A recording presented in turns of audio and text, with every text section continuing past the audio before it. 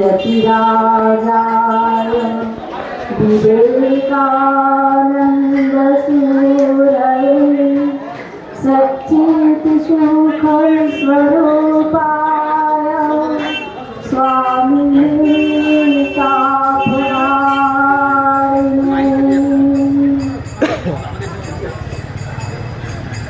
आज 12 জানুয়ারি যুব দিবস। তোমরা যদিও যুবক নয়, কিন্তু এমন একটা বয়সের সন্ধিক্ষণে দাঁড়িয়ে রয়েছ যে আর কিছু বছর পরেই আমরা তোমাদের যুবক যুবতী হিসাবে দেখতে পাবো। যুবক যুবতী কি করে? একটা দেশ গড়ে তোলে, তারও আগে একটা সমাজ গড়ে তোলে, তারও আগে একটা পরিবারের ছাতা হয়। তো তোমাদের উপরে অনেক দায়িত্ব রয়েছে। আর এই যুব দিবসের যিনি আইকনিক ফিগার, যাকে কেন্দ্র করে সারা ভারত সারা পৃথিবীতে যুব দিবস পালিত হয়, তিনি স্বামী বিবেকানন্দ। তিনি চলে গেছেন, শরীর তার চলে গেছে আজকে 100 বছর অতিক্রান্ত, 120 বছর প্রায় অতিক্রান্ত। তথাপি একটা জিনিস দেখো, কত মানুষ এসেছে চলে গেছে পৃথিবীতে, তোমরা ইতিহাস বইয়ের পাতায় পড়ছো, কিন্তু এমন একজন মানুষের পদতলে আজকে তোমরা এসে বসেছো যিনি 120 বছরের উপরে চলে গেছেন পৃথিবী থেকে।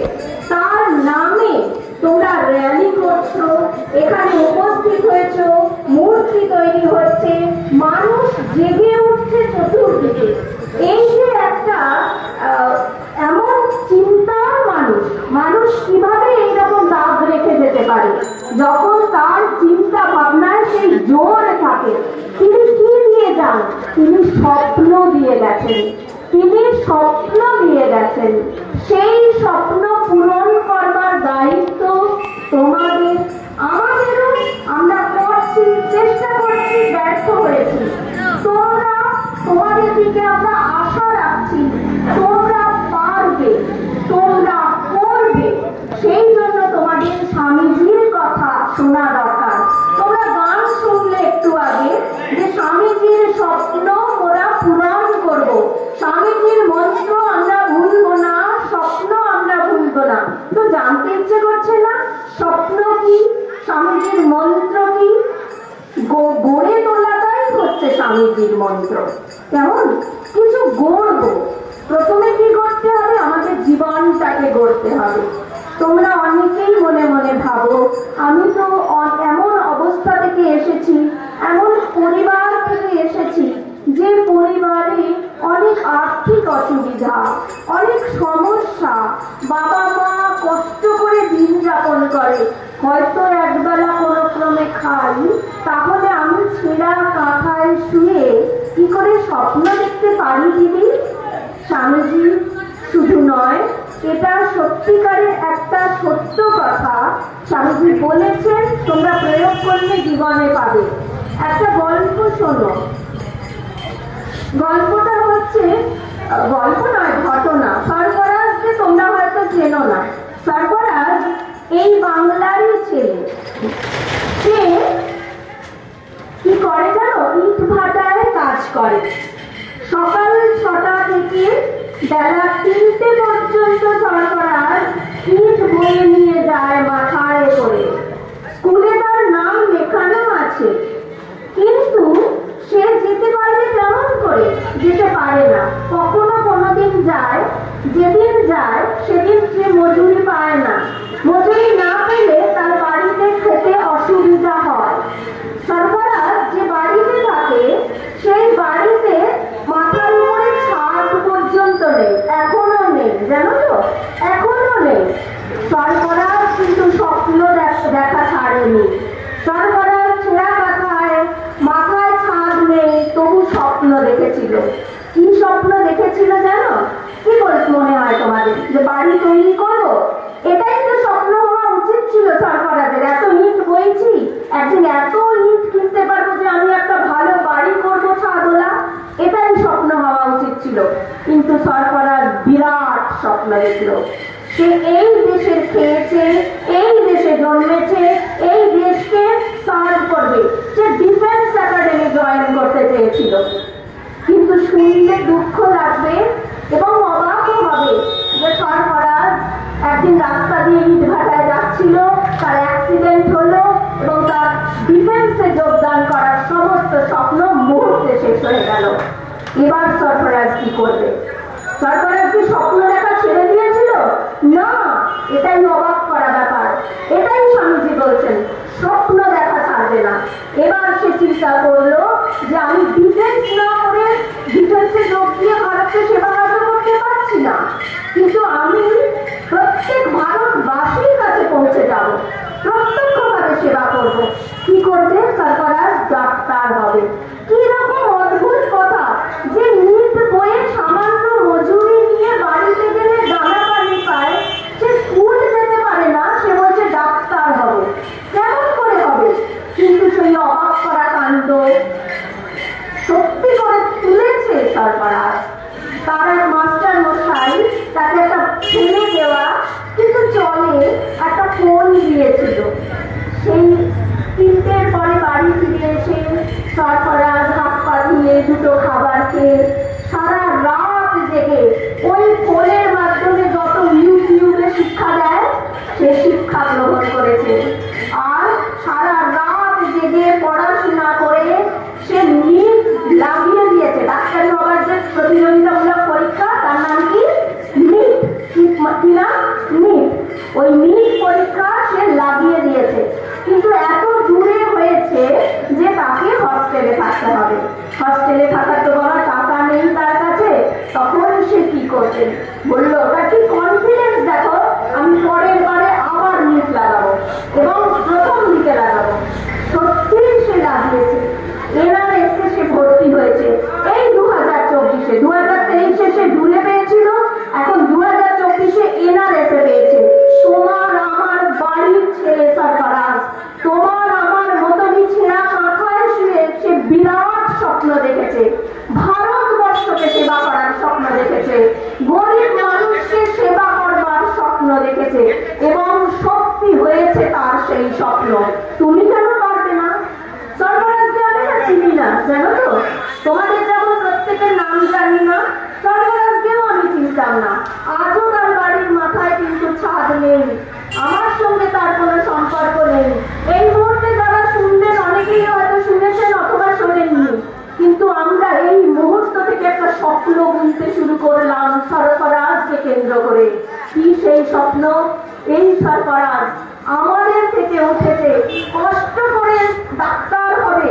আমরা খুব প্রার্থনা, আমি সত্যি প্রার্থনা করেছিলাম, প্রার্থনা করি সরফরাজ একদিন বস্ত বড় ডাক্তার হবে। সে প্রতিটি, সে শুধু ব্যবসা করবে না, হৃদয়বান ডাক্তার হবে। সে এই তার পাড়া, এই সমাজ, এই দেশের সেবা করবে, প্রতিটি গরিব মানুষকে সত্যিকারের চিকিৎসা দেবে। সে হয়তো একদিন কে বলতে পারে ভারতবর্ষের বিধানচন্দ্র রায়। বিধানচন্দ্র রায়ের নাম জানো তো? ডাক্তার হিসেবে বিখ্যাত ডক্টর বিধানচন্দ্র রায়ের মতন ডাক্তার হবে। হয়তো পৃথিবী তাকে ডাকবে তার উপদেশ নেবার জন্য, ডাক্তারি উপদেশ নেবার জন্য। তো সরফরাজ যদি পারে, তুমি কেন পারবে না? তুমি কেন পারবে না? পারবে না তোমরা? নিশ্চয়ই পারবে, কিন্তু শুধু বলা আমি পারবো এটা এক নিমেষে হয় আর এক নিমেষে শেষ হয়ে যায়। সরফরাজ কিন্তু কি করেছিল? সে স্বামীজির পথ ধরে হেঁটেছিল। সেটা কি? তুমি দেখো, একটা কিছু স্বপ্ন যদি না বলো তাহলে ভবিষ্যতে ওই স্বপ্নই পূরণ করবে। কি হবে তোমরা? এখন থেকে স্বপ্ন দেখো, স্বপ্ন বুনতে থাকো তোমাদের হৃদয়ের মধ্যে। ঘরে একটা লিখে টাঙিয়ে দাও, আমি এটা হতে চাই। প্রতিদিন কেন স্কুলে যাব? এই যে এইটা আমি হতে চাই, সেই জন্য স্কুলে যাব। আমি ডাক্তার হতে চাই, আমি ইঞ্জিনিয়ার হতে চাই, আমি ভালো চাষি হতে চাই, আমি বড় বাড়ি বানাতে চাই, আমি রকেট সায়েন্স শিখতে চাই, আমি যা হতে চাই লিখে রাখো। প্রত্যেকদিন স্কুলে যাবার ওটা ইন্সপিরেশন যে আমি ওইটি করতে চাইছি। স্বামীজি বলছেন একটা স্বপ্ন দেখো আর ওই স্বপ্নটাকে বাঁচো। কিরকম ভাবে বাঁচো? শয়নে স্বপনে জাগরণে দিনে রাতে সব সময় কি করতে হবে, কি করতে চাইছো সেইটাকেই ভাবতে থাকো।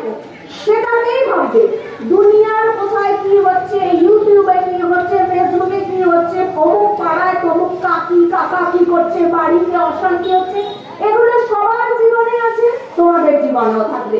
কিন্তু তোমার ফোকাস হচ্ছে তুমি যেটা করতে চাও সেটা নিয়ে ভাববে। স্বামীজি বলছেন তোমার মাথা, তোমার শরীরের প্রত্যেকটা পেশি, তোমার অঙ্গ প্রত্যঙ্গ শুধু ওই কাজে লাগাবে যে আমি যেটা করতে চাই। তুমি পড়তে যাচ্ছ, বাড়ি থেকে বেরিয়ে পড়তে যাচ্ছ, কোথাও গল্প নয়, পড়তে যাবো। কেন পড়তে যাচ্ছি? আমি যেটা শিখবো সেই শেখাটা নিয়ে আমি ভবিষ্যতের একজন ডাক্তার হতে চলেছি। কেন আমি ডাক্তার হব? না সরফরাজের মতো তোমার পাড়ার লোক অপেক্ষা করছে, তুমি ছেঁড়া কাঁথায় শুয়ে আছো, তোমার পাড়ার লোকও ছেঁড়া কাঁথায় শুয়ে আছে। তুমি দুটো খেতে পারো না, তোমার পাড়ার লোকও দুটো খেতে পারে না, তাদের চিকিৎসা হয় না, তাদেরকে হসপিটালে দৌড়াতে হয়। তুমি একজন ডাক্তার হবে। তোমার পাশের বাড়ির যে লোকটা অসুস্থ, তুমি কি তাকে চিকিৎসা করবে না? করবে তো, তাহলে তোমাকে ডাক্তার হতে হবে, তাহলে তোমাকে ডাক্তার হতে হবে। তুমি পড়তে পাও না, স্কুল মাস্টার নেই, তুমি টিউশন নিতে পারে না তোমার বাবা, তাই তো? তো তুমি যদি একজন ভালো শিক্ষক হও, তাহলে তুমি কি তোমার পাশের বাড়ির গরিব ছেলেটিকে পড়াবে না? পড়াবে। সেই জন্য বড় হবে। আমরা বড় হব কেন? সেই জন্যে। কি জন্য? না সকলের জন্য আমরা বড় হব। স্বামীজি সেই জন্য বলেছেন প্রত্যেক দিন আমরা স্বপ্নটাকে সামনে রাখবো, ভাববো, আর শিকড়ের সামনের দিকে এগোতে হয় সেই চেষ্টা করে যাব।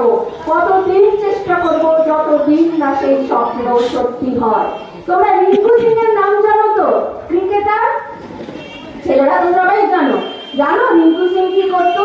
রিঙ্কু সিং এর বাবা একজন গ্যাস ডেলিভারি দিতেন। তিনি গ্যাস ডেলিভারি দিতেন। যেমন দেখেছো বাড়িতে মাথায় করে কাঁধে করে গ্যাসের সিলিন্ডার বয়ে নিয়ে যায়, তার বাবা গ্যাসের সিলিন্ডার দিত। হয়তো তোমাদের তার থেকে ভালো অবস্থা। রিঙ্কু সিং আজকে কোথায়?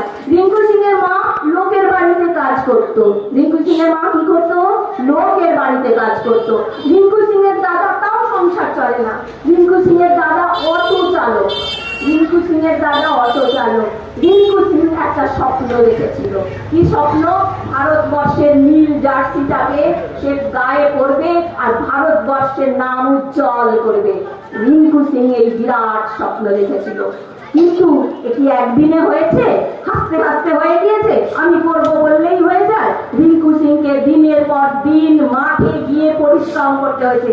পেটে ভাত নেই তবু গেছে, কষ্ট হয়েছে তবু গেছে। তার মধ্যে রিঙ্কু সিং কি করেছে? নিজেও গ্যাস সিলিন্ডার ডেলিভারি দিত। সে অন্য জায়গায় ঝাড়ুদারের কাজ পর্যন্ত করেছে। কিন্তু স্বপ্নটা আর দেখবো না, এত কষ্ট, ও আমার দ্বারা হবে না, নিজের উপরে বিশ্বাস কিন্তু রিঙ্কু সিং হারায়নি। তারপরেও 18 সাল থেকে 21 সাল পর্যন্ত রিঙ্কু সিং IPL এ তোমরা তারা দেখেছো খেলার মাঠে বাইরে বসে থাকতো। তাকে কেউ বিশ্বাস করেনি যে সে মাঠে বিরাট একটা কিছু করতে পারে। তারপর সেই বিশেষ দিন তোমরা জানো 28 রান বাকি, 5 বলে করতে হবে। একটা মার টানাকদান 6, 5টা বলে পরপর 6। রিঙ্কু সিং এর জয় জয়গান। আজকে রিঙ্কু সিং যে আলিশান একটা বাড়ি বাংলো কিনেছে, সে কয়েক কোটি টাকা দাম। কোন রিঙ্কু সিং? গ্যাস ডেলিভারি করা বাবার ছেলে রিঙ্কু সিং। কোন রিঙ্কু সিং? যার দাদা অটো চালায়, যার মা লোকের বাড়িতে কাজ করতো। কোন রিঙ্কু সিং? যে নিজে ঝাড়ুদারের কাজ করতো, যে নিজে গ্যাস সিলিন্ডার বইতো। সেই রিঙ্কু সিং আজকে রাজপ্রাসাদের মালিক। ছেঁড়া কাঁথায় শুয়েও স্বপ্ন দেখা যায় এবং সত্যি করে তোলা যায়। শুধু লেগে থাকো, সবাই সাহায্য করবে। এই আশ্রম যেমন তোমাদের সাহায্য করে, ঠিক সেই রকম রিঙ্কু সিংকেও কেউ না কেউ সাহায্য করেছিল। একটি মেয়ে আছে ভারতীয় অনূর্ধ্ব দলে, অনূর্ধ্ব 19, 19 বছরের নিচে যারা, সেই ভারতীয় ক্রিকেট টিমে, মেয়েদের ক্রিকেট টিম, মেয়েরা শোনো, মেয়েদের ক্রিকেট টিমে সে তার বাবা মজুরি করে, মাটি কোপার মজুরি করে, জানো তো? আর তার মা লোকের বাড়িতে কাজ করে। সে স্বপ্ন দেখে নীল জার্সি পরবে, ভারতের নাম উজ্জ্বল করবে। খেতে পায় না, মাঠে গিয়ে কত পরিশ্রম করতে হয় জানো? আমি নামটা এই মুহূর্তে মনে করতে পারছি না, কিছু একটা সাপ। সেই মেয়েটি কিন্তু তার জেদ ছাড়েনি। এই কিছুদিন আগে ভারতীয় অনূর্ধ্ব দল, সেই দলে সে টানা 200 রান করে ভারতকে জিতিয়েছে। খবরের কাগজে নাম ছিল, সে পেরেছে। আমি স্বপ্ন দেখি তাকে নিয়ে, সে পাচ্ছিল আর আমি হাততালি দিচ্ছিলাম। আমি চাই গোটা ভারতবর্ষ হাততালি দিয়েছে রিপু সিংয়ের জয় জয়কারে, এই মেয়েটির জয় জয়কারে। আরো বড় হবে এই স্বপ্ন দেখি। তো আমি হাততালি দিতে চাই তোমাদের জন্য, আমরা সবাই হাততালি দিতে চাই তোমাদের জন্য, যে তোমরা স্বপ্ন দেখো, স্বপ্ন পূরণ করো। স্বামীজি এটাই বলছিলেন, যে স্বামীজির খুব একটা প্রবাদের মতো কথা আছে, যে ওঠো, জাগো আর চলতে থাকো, কতদূর, যতক্ষণ না তোমার লক্ষ্যে পৌঁছাবে। তো তোমরা কি তোমাদের লক্ষ্য স্থির করেছো? যদি না করে থাকো, আজকেই বাড়িতে গিয়ে লক্ষ্য স্থির করবে, আর সেই স্বপ্ন পূরণের জন্য তোমরা কিন্তু খুব চেষ্টা করবে। স্বামীজি আর একটা সময় স্বামীজিকে আমরা জানি এই দেশে জানি, আর জানি আমেরিকায় গিয়ে তিনি প্রচুর হাততালি পেয়েছিলেন। কিন্তু গোড়ার কথা কজন জানো? গোড়ার কথাও শুনে রাখো। স্বামীজির একটা সময় যখন তিনি বিএ পাশ করেছেন, তখন তার বাবা মারা গেল। ছোট ছোট ভাই বোন আর বিধবা মা, আর বাড়িতে যত আত্মীয় স্বজন ছিল তারা সমস্ত কালকেউটের মতো বিশ্বাসঘাতকতা করতে লাগলো। বাড়ি থেকে বার করে দিতে চায় ধাক্কা দিয়ে। এই যে স্বামীজি সকলের বরেণ্য, তিনি হাতে একটা সার্টিফিকেটের ফাইল নিয়ে রাস্তায় রাস্তায় ঘুরছিলেন, অফিসে গিয়ে বলেছিলেন, আমাকে একটা চাকরি দেবে গো। কেউ চাকরি দেয়নি। স্বামীজিকে আমরা জানি যে তিনি যখন ওই কার্যালয় পার্কে শহীদ বেদির নিচে হতাশ হয়ে বসে আছেন, চাকরি পাইনি, হতাশ স্বামীজি। তারপর তার গুরু আমরা জানি ভগবান শ্রী রামকৃষ্ণদেব, তিনি চলে গেলেন এই পৃথিবী ছেড়ে। তারপর তিনি কি করলেন? চতুর্দিকে দেখছেন যে পরিবারে যেমন আমার ভাই বোন নিরন্ন, খেতে পাচ্ছে না, ঘরের বাইরে ঠিক আমার মায়ের মতনই প্রচুর মা রয়েছে যারা খেতে পাচ্ছে না, যাদের পরনে কাপড় নেই, যাদের মাথায় ছাতা নেই, ছাদ নেই। স্বামীজি যখন চতুর্দিকে দেখতে লাগলেন, গোটা ভারতবর্ষ ঘুরলেন, দেখলেন সব এইরকম অবস্থা, সব এইরকম অবস্থা। স্বামীজি যখন পাহাড়ে যাচ্ছেন, কেউ ভিক্ষা পর্যন্ত দেয় না, 2 দিন 4 দিন কিছু খেতে পান না, গাছতলায় শুয়ে আছেন, পেটের যন্ত্রণায় কাতরাচ্ছেন, একটু খাবার জোটেনি। পাহাড়ের দিকে গেছে, কেউ হয়তো দিয়েছে 2-4 দিন পরে একটু রুটি, সেই রুটি পাহাড়ি অঞ্চলে শুকিয়ে এত শক্ত হয়ে গেছে যে খিদের জ্বালায় স্বামীজি যখন খেতে গেছেন না, স্বামীজির ঠোঁট থেকে রক্ত পড়তে আরম্ভ করেছে। স্বামীজি 2-4 দিন ওদিকে জলে ভিজিয়ে রাখতেন, তারপর নরম হয়ে গেলে সেটা মুখে তুলে খেতে পারতেন। সেই স্বামীজি 7 বছর পরে 93 সালে শিকাগোর মঞ্চ, সামনে 7,000 জনতা, আর স্বামীজি বলছেন আর হাততালিতে ভয় খেতে যাচ্ছে। কি করে হলো? কি করে হলো? না, স্বামীজি এই স্বপ্নটাকে পূরণ করলেন। এখানে একটা কথা, ডাক্তার হতে পারো, ইঞ্জিনিয়ার হতে পারো, শিক্ষক হতে পারো, কি কেবল নিজের বাড়ির ছাদ, নিজের পকেট ভরবার জন্য?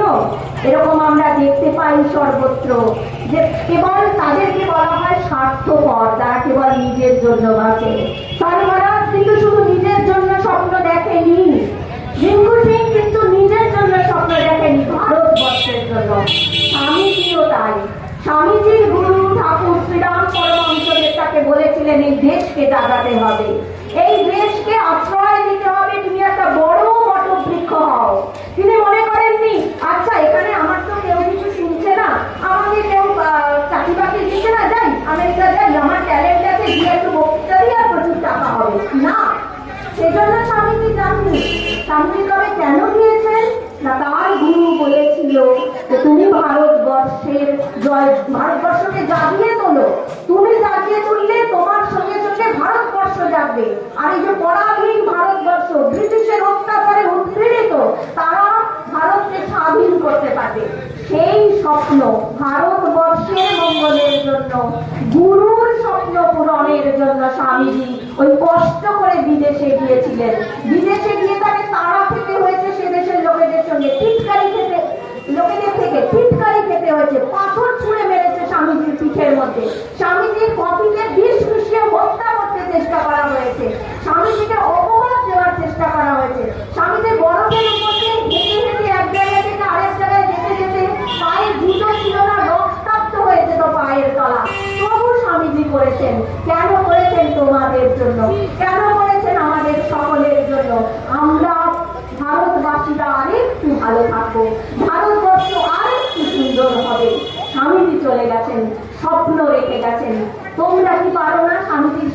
স্বপ্ন পূরণ করতে, ভারতবর্ষকে আরেকটু সুন্দর করতে।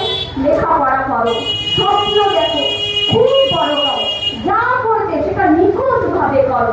এই যে বাজারে একদিন ঘুরবে, যে ব্যবসায়ী দেখবে খুব প্রতিষ্ঠিত সুন্দর, তাকে গিয়ে জিজ্ঞাসা করবে আপনি কি করে এরকম প্রতিষ্ঠিত হলেন, দেখবে যে উনি বলবেন যে আমি খুব পরিশ্রম করেছি আর নিজের উপরে কখনো বিশ্বাস হারাইনি।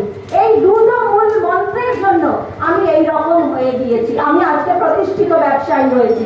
আমার ছোট বাড়ি ছিল, বড় বাড়ি করেছি। আমার পরিবারের সবাই আগে পড়তে পেত না, খেতে পেত না, এখন খুব ভালো থাকে। তাহলে মূল মন্ত্র হচ্ছে স্বপ্ন দেখো, পরিশ্রম করো, নিজের উপরে আস্থা হারাবে না। দেখবে তোমরা ভারতবর্ষকে সুন্দর করতে পারবে, তোমরা সৎ মানুষ হবে, তোমরা ভারতবর্ষের স্বপ্ন পূরণ করবে, স্বামীজির স্বপ্ন পূরণ করবে। আমরা সবাই তোমাদের দিকে তাকিয়ে আছি, করবে তো? খুব খুব ভালো থাকো, সকলের মঙ্গল হোক। জয় ঠাকুর, জয় মা, জয় স্বামী।